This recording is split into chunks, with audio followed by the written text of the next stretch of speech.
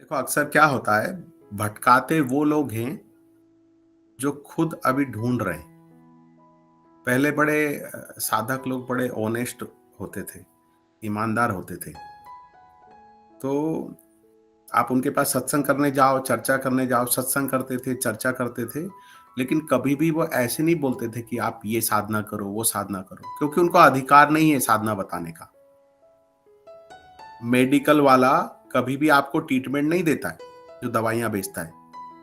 तो आध्यात्मिक किताबें बेचने वाला, धर्म की बातें करने वाला, है ना, आध्यात्मिक बातें सत्संग करने वाला व्यक्ति कभी भी आपको ये नहीं कहेगा कि आप ये साधना करो।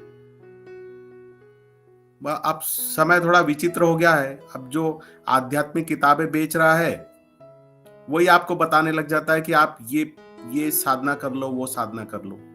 खुद को तो कुछ पता नहीं है। और जो है वो चकाचौंध प्रलोभन में आके व्यक्ति फंस जाता है, फिर भटकाव चालू हो जाता है। तो साधना करना एक अलग बात है, और ऑथोराइज्ड पर्सन होना, मतलब ट्रीटमेंट करने का अधिकार होना, डॉक्टर बन जाना, वो एक अलग बात है। दवाइयां बेचना दुकान खोल के एक अलग बात है। भाई उसके लिए भी एक अलग पात्रता है। तो परमिशन मिली है तो वो दवाइयां बेच रहा है मेडिकल खोल के, है ना। कहीं से किसी गुरु से साधना मिली है तो साधना कर रहा है, लेकिन उसको ये अधिकार नहीं है कि वो किसी को साधना बताए या साधना करवाए, उस मार्ग में लेके चले। उसको आगे के रास्ते के बारे में कुछ भी नहीं पता है कि कहाँ क्या घटने वाला है, क्या होने वाला है, उसको कौन संभालेगा। तो ऐसी स्थिति में फिर भटकाव चालू हो जाता है। तो मैं आपको बार बार यही बताता हूं कि संसार में कोई भी ऐसी विधि नहीं है। अगर आप आके बोलो कि मुझे भगवान पाने की विधि बता दो, कोई आकर के कहेगा कि भगवान पाने की विधि बता दो, तो भगवान पाने की संसार में कोई भी विधि नहीं है। आप समझे मेरी बात। भगवान तक पहुंचने की, भगवान को पाने की कोई भी विधि नहीं है, और सारी विधियों से उसको पाया जा सकता है। हमारी बार बार चर्चा होती है, आप मूल सूत्र को भूल जाते हो। भगवान कोई चॉकलेट तो नहीं है। इनलाइटेडमेंट कोई ऐसा चॉकलेट या टॉफी या लड्डू तो ऐसा नहीं है कि बरनी में हाथ डाला, मैंने दे दिया आपको, आपने खा लिया, आपको प्राप्त हो गया। आपको उस स्थिति में पहुंचना पड़ेगा। और वो स्थिति क्या है? समर्पण की, भाव की। जब तक आपके अंदर वो तड़प, वो लगन, देखो आपने जो कुछ भी अभी संसार में भौतिक जगत में पाया है वो कैसे पाया है?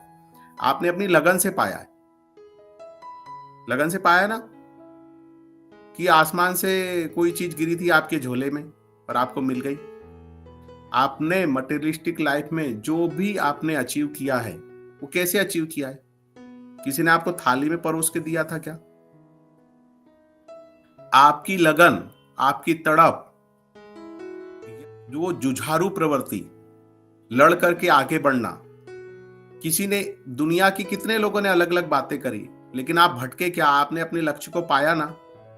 जिनको फॉरेन जाना था वो फॉरेन गए, विदेश में सेटल होना था वो विदेश में सेटल हो गए। जिनको जो नौकरी करना थी उन्होंने वो नौकरी की, जिनको जो पढ़ाई करना थी उन्होंने वो पढ़ाई की। अब आप अपने पास्ट में जाके देखो, कितने लोग इस बीच में नहीं आए होंगे जिन्होंने आपको बोला होगा ये पढ़ाई मत करो, ये तो फालतू है। कितने लोगों ने आप होगा विदेश मत जाओ। आपने अपने अपने जो लक्ष्य बनाए थे, कितने लोगों ने भटकाने की कोशिश की होगी, कितने लोगों ने आपको कुछ और पकड़वाने की कोशिश की होगी। आप भटके क्या? आप अपनी जगह पर पहुंचे ना। तो ऐसे ही जब आपको परमात्मा तक पहुंचना है, भगवान तक पहुंचना है, तो आपको वही सूत्र जो आपने सांसारिक जीवन में लागू किया, जिस सूत्र को लागू करके आपने सांसारिक भौतिक वस्तुएं और वो उपलब्धियां पाई, वही सूत्र को आप इस जगह लगाओगे। जो गुरु के द्वारा साधना मंत्र जो मिला है वो पूरी लगन से करोगे, सुनोगे सबकी और करोगे वही जो गुरु ने आपको बताया है। सबसे मिलोगे, सबका सम्मान करोगे, सबको प्रणाम करोगे, सबका आशीर्वाद लोगे। भाई जो आपसे बड़े हैं उम्र में उनको सबको प्रणाम करो, जो छोटे हैं उनको सबको आप जो है लाड़ करो, लेकिन करो वही जो आपको आपके गुरु ने दिया है। ऐसी निष्ठा से जब आप लग जाओगे तो एक समय जब आएगा तब आपकी सारे सूत्र, सारी धारणाएं, सारी विधियां गिर जाएगी और आप उपलब्ध हो जाओगे। आप समझे मेरी बात? तो भटकाव तभी तक होता है जब आपका मन स्थिर नहीं है, आपके मन में स्वार्थ है, लालच बसा हुआ है, तब तक आप कहीं तक नहीं पहुंच पाओगे। आपका एकमात्र उद्देश्य सिर्फ परमात्मा तक पहुंचना है, परमात्मा को उपलब्ध होना है, यही लक्ष्य होगा तो आप पहुंच जाओगे। लेकिन ये लक्ष्य छोड़ करके बाकी संसार की और दूसरी चीजें हो जाएगी, मुझे परमात्मा से ये पाना है, परमात्मा से वो पाना है, मुझे यहाँ पहुंचना है, वहां पहुंचना है, तो फिर कोई भी आपको भटका देगा। तो कोई भी आपको भटका देगा ऐसा हम बोलते हैं, पर वो कोई कब भटकाता है? पहले तो आप ही अपने आप को भटकाते हो ना। आपका स्वार्थ, आपका लालच, आपका लोभ आपको भटकाता है, दूसरा माध्यम बन जाता है। वो माध्यम तभी बनता है जब आपके अंदर गड़बड़ चालू हो जाती है। जब आपके अंदर गड़बड़ ना होगी तो कोई भी आपको भटका नहीं सकता, कोई भी उसका निमित्त नहीं बनेगा। बाहर वाला तो सिर्फ निमित्त बनता है। हम ही अपने आप को छलते हैं, हम ही अपने आप को भटकाते हैं। हमारा अहंकार ही हमको झुकने नहीं देता है। हमारा अहंकार, हमारा ईगो ही हमको जो है हमारी गलतियों को एक्सेप्ट करने नहीं देता है। होता है ना कई बार ऐसा।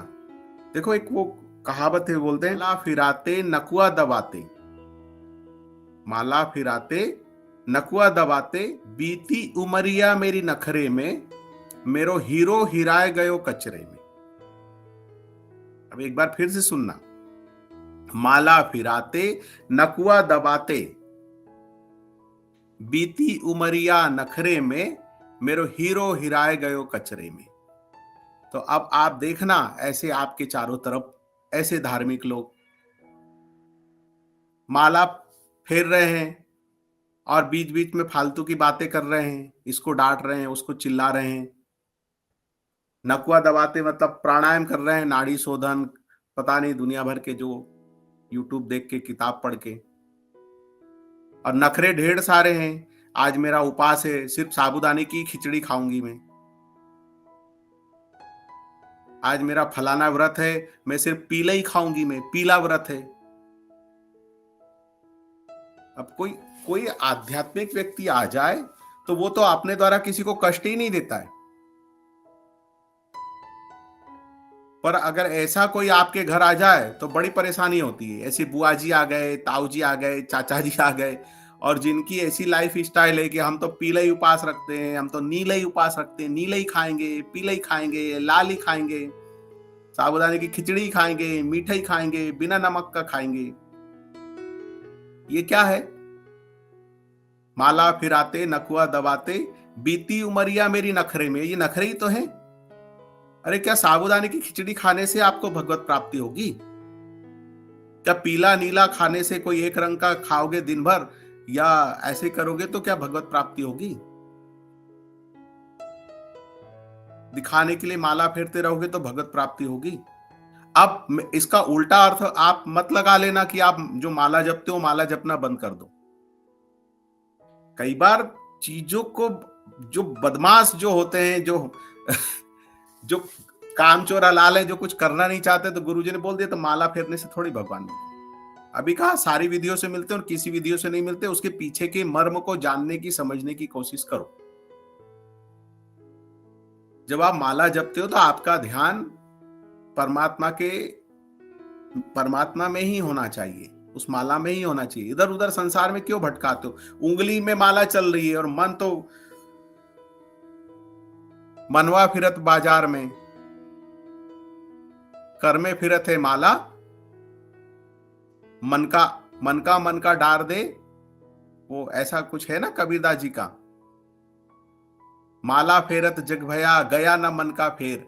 मन का, कर का मन का डार दे, मन का फेर। मतलब हाथ रूपी जो मन का है वो माला, उसको आप छोड़ दो, और मन रूपी जो मन का है उसको आप फेरो, उसमें आप जपो राम राम, कृष्ण कृष्ण। मन को स्थिर कर लो, मन को धुन मैं पकड़ा दूं। तो कहने का मतलब है कि ऐसे कई आपको मिलेंगे जो माला जप रहे हैं, प्राणायाम कर रहे हैं, योगा कर रहे हैं। स्थिति बड़ी विचित्र है, तीर्थ यात्रा करके आ रहे हैं। अब इसका मतलब ये नहीं कि आप तीर्थ यात्रा करने ना जाओ, समझो आप उसको। आप तीर्थ करने जा रहे हो तो आप में परिवर्तन होना चाहिए। आपके जीवन में अगर कोई परिवर्तन नहीं हो रहा है तो आप जो है सिर्फ शरीर को ही घुमा रहे हो। संत रैदास की एक कहानी है, वो मैंने आपको सुनाई थी। संत रैदास को सबने कहा कि हम तीर्थ करने जा रहे हैं, चार धाम की यात्रा के लिए, तो आप चलिए। तो संत रैदास ने कहा कि मैं तो घर संसार में हूँ, यहीं पे भजन करता हूँ, इतना धन भी नहीं है मेरे पास में कि मैं आपके साथ चार धाम यात्रा के लिए जाऊं। तो आप लोग इतना आग्रह कर रहे हैं तो मेरी एक प्रार्थना है कि मेरे पास जो तूमी है वो तूमी आप ले जाइए और इसको तीर्थ यात्रा करवाइए। समझ लीजिए, इसने किया मतलब मैंने किया। ये मेरी तूमी तीर्थ यात्रा कर लेगी तो समझो मैंने तीर्थ यात्रा की। तो उस समय के लोग बड़े ईमानदार हुआ करते थे। किसी ने 10 रुपए भी दिए कि जाओ मेरे नाम से वहां चढ़ा देना, तो लोग चढ़ा देते थे। वो तूमी ले गए।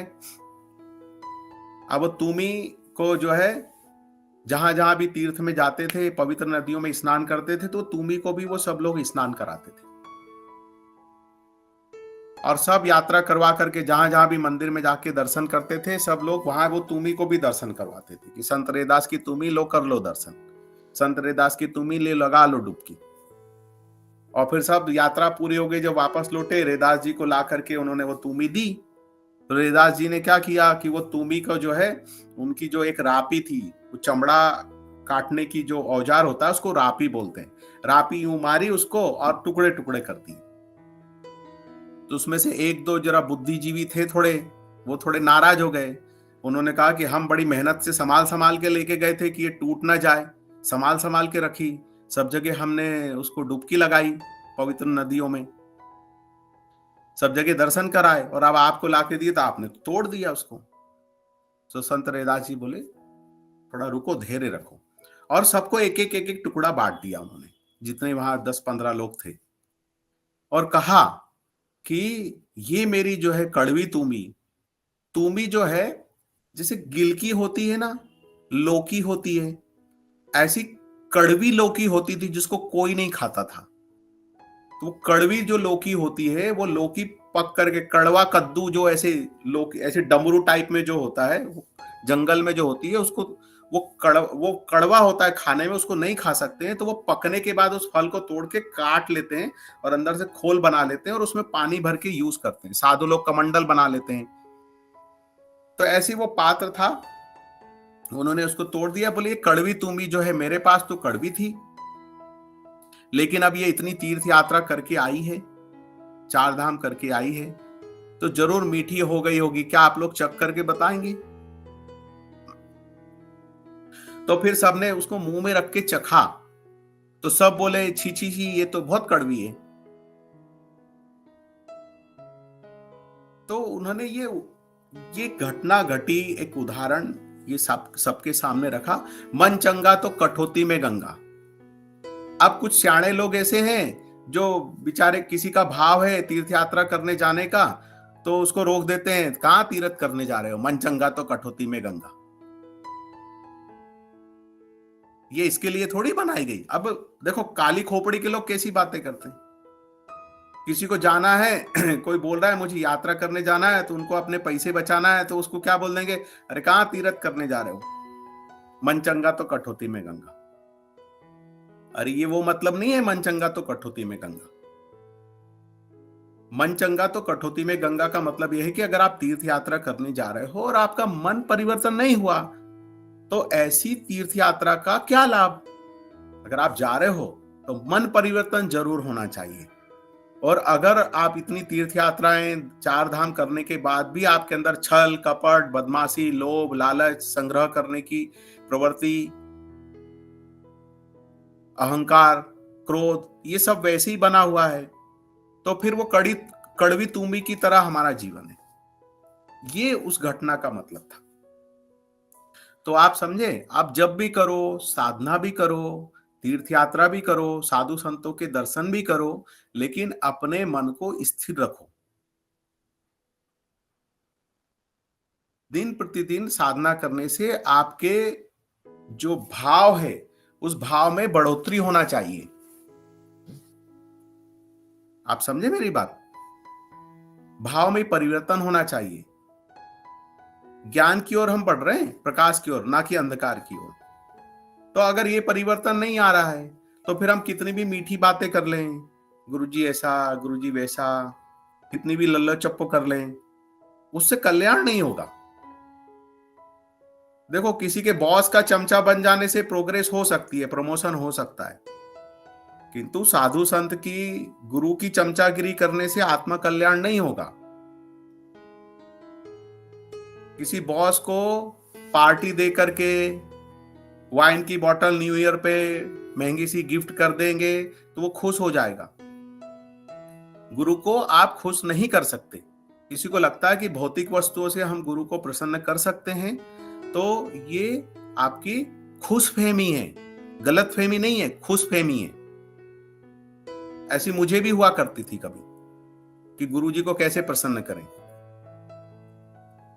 कुछ काम कर दें, सेवा कर दें, ये कर दें, पैसे चढ़ा दें तो खुश हो जाएंगे। ऐसे गुरु प्रसन्न नहीं होते। गुरु प्रसन्न होते हैं भाव से। इसलिए कहते हैं हाथी को पालना और गुरु की सेवा करना एक ही है। क्यों?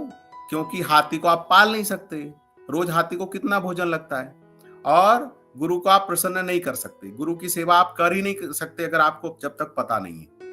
गुरु की सेवा न धन से होती है, न वैभव से होती है, न वस्तुओं से होती है, न पांव दबाने से होती है। गुरु की सेवा जो होती है वो भाव से होती है, समर्पण से होती है। जब तक आपके अंदर वो समर्पण, वो भाव, क्या गुरु को आपके मन की बात नहीं पता है? एक एक परत के बारे में पता है। जितनी गहराई तक आप अपने आप को छुपा लेते हो ना, वो जितनी गहराई में छुपाओगे, सबसे पहले वहां गुरु मिलेगा। जहां छुपाने जाओगे वहां गुरु की आंख मिलेगी, जहां छुपाने जाओगे वहां गुरु की दृष्टि, नजर मिलेगी। कितने गहरे अपने अवगुणों को छुपाओगे, कितने अपने छल कपट को, बदमाशी को कितना अंदर छुपाओगे, कितना दबाओगे। जितना दबाओगे वहां भी गुरु मिलेगा आपको, वहां भी परमात्मा बैठा है। उसको प्रसन्न करना है तो ये सब करना बंद कर दो और पूरा समर्पण कर दो। अगर आपसे वो नहीं हो रहा है, आप में कमियां हैं, तो कमियों को समर्पित कर दो कि गुरुजी हमारे अंदर ये कमियां हैं, हम ऐसे हैं, हम वैसे हैं, पर हम आपका बनने की कोशिश कर रहे हैं, तो गुरु संभाल लेगा। लेकिन आप जो है अंदर बदमाशी है, ये है, और हम बड़ी बड़ी बातें कर रहे हैं, हम तो बहुत ईमानदार हैं, हम तो सब अच्छे से कर रहे हैं, हम तो बहुत मेहनत कर रहे हैं, तो इससे बात नहीं बनेगी। बात को अगर बनाना है तो समर्पण जरूरी है, शुद्धता जरूरी है, ऑनेस्ट, ईमानदारी जरूरी है। और ये नहीं आएगी तो सारी साधनाएं फेल है। छल से, झूठ से, कपट से अगर किसी से कोई साधना विधि भी हासिल कर लो तो फिर उसका जीवन कर्ण की तरह हो जाता है। सब कुछ है फिर भी कुछ नहीं है। इसलिए कहता हूं, यहां कुछ भी नहीं चलता है। यहां तो जितना प्योर होगा उतना उसमें से निकल जाएगा, जितना पतला होगा। प्योर होने का मतलब सूक्ष्म, प्योर होने का मतलब पतला। अब जो साधना करते हैं उनको पता है श्वास भी सूक्ष्म हो जाती है धीरे धीरे। जितने विचार होंगे, जितना छल कपट होगा, जितनी बदमाशी होगी, श्वास उतनी भारी होगी, मन ही नहीं लगेगा। कितनी भी महत्वपूर्ण साधना दे दी जाए वो फलेगी नहीं। तो हमको किसी पे काम नहीं करना है, हमको अपने आप पे काम करना है ना। ये देखा देखी की बात नहीं है, ये देखा देखी और दिखाने की बात नहीं है। ये तो जो है अपने आप में उतरने की बात है। और ऐसे भाव से आप दुनिया में कहीं भी रहो, आपको गुरु की कृपा लाख किलोमीटर दूर हो तो आपको प्राप्त हो जाएगी। और ये अगर भाव नहीं है तो आप गुरु के पास 24 घंटे चिपके रहो पांव पकड़ करके। स्थिति आपकी रहेगी दिया तले अंधेरा। दिया के नीचे कोई चीज होती तो कैसे होता है? दीपक का उजाला पूरी दुनिया में होता है, और दीपक के नीचे क्या होता है? अंधेरा होता है। तो मैं कई बार ऐसे कहता हूं कि बहुत से लोगों को, भाई ये अपनी ऑनलाइन रिकॉर्डिंग होती है तो कई लोगों का मन भी होता होगा कि मुझसे आकर के मिले। मैं कहता हूं मुझसे आकर के क्या मिलोगे? जब तक आपका भाव स्थिर नहीं हो रहा है तो मुझसे भी आकर के मत मिलो। आप वहीं पर बैठ करके आप जो है भजन करो, तो आपको मेरी कृपा प्राप्त हो जाएगी। और अगर आप मुझसे मिलने भी आ गए तो यहाँ आके क्या देखोगे? मेरी दाढ़ी देखोगे, मेरी टोपी देखोगे, मेरी तोन देखोगे, मेरा खाना पीना देखोगे, उठना बैठना देखोगे, और क्या देखने वाले हो? भौतिक शरीर को देखोगे, फिर उसमें कमियां देखोगे, उसमें अच्छाइयां देखोगे, उसमें बुराइयां देखोगे, और जो मैं देना चाह रहा हूं उस तक आप पहुंच ही नहीं पाओगे। तो उस तक पहुंचना है तो आपको उस पर वैसा काम करना पड़ेगा। घर में फिरत है माला, जीव फिरे मुख माही, मनवा फिरत बाजार में, ये सुमिरन तो नहीं। सुनिए पंक्ति, कर में फिरत है माला, जीव फिरे मुख माही, और मनवा फिरत बाजार में, ये सुमिरन तो नहीं। अगर सुमिरन करना है तो मन से सुमिरन करना है, मन को बाजार में नहीं घुमाना है। खाली जीभ से राम राम राम राम बोल रहे हो और माला चल रही है और मन कहीं और ही लगा हुआ है, जो है मन जो है कहीं और ही लगा हुआ है, नफा नुकसान ही देख रहा है वो। इसको ये बोलना है, उसको बोलना है, इसने ये बोल दिया, अब ये करना है, वो करना है, टाइम हो रहा है, जल्दी जल्दी करना है। तो कर में फिरत है माला, जीभ फिरे मुख माही, मनवा फिरत बाजार में, ये सुमिरन तो नहीं। तो इस तरह भी आप समझ लो। और दूसरी तरीके से समझ लो, माला दबाते, माला फिराते, नकुआ दबाते, बीती उमरिया मेरी नखरे में, मेरो हीरो हिराए गयो कचरे में। तो हीरा मतलब क्या है? हीरा रूपी जीवन, ये जिंदगी जो है एक हीरे के समान है। माला फिराते, नकुआ दबाते, बीती उमरिया मेरी नखरे में, मेरो हीरो, जीवन रूपी हीरा, हीरो हिराए गयो कचरे में। बहुत ऐसी जो बातें बोली जाती थी उनके काफी बड़े ऐसे डीप वो होते थे। आप समझ लो तो एक पंक्ति आपका जीवन बदल दे, और नहीं तो फिर आप कितना भी कुछ भी सुनते रहो, कोई फर्क नहीं पड़ता।